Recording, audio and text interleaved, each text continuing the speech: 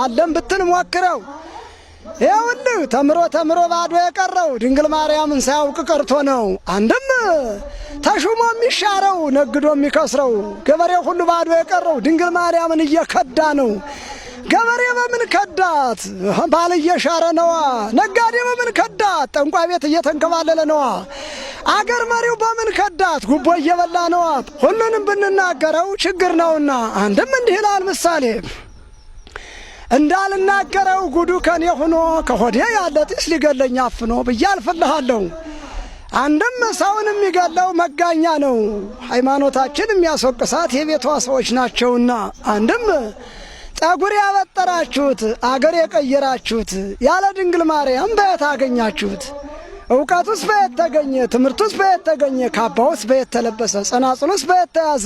ባንዘልቅበትም ወጣት ከማያገባህ ሙያ ገብተህ የምትደናገረው አባቶችን ጠይቀህ ብትማረው ምን ቸገረህ? ሰተት ብለህ ገብተህ በስላሴ አውደ ምሕረት በሐዋርያት ትምህርት ላይ ገብተህ የምትሳሳተው ለምንድን ነው?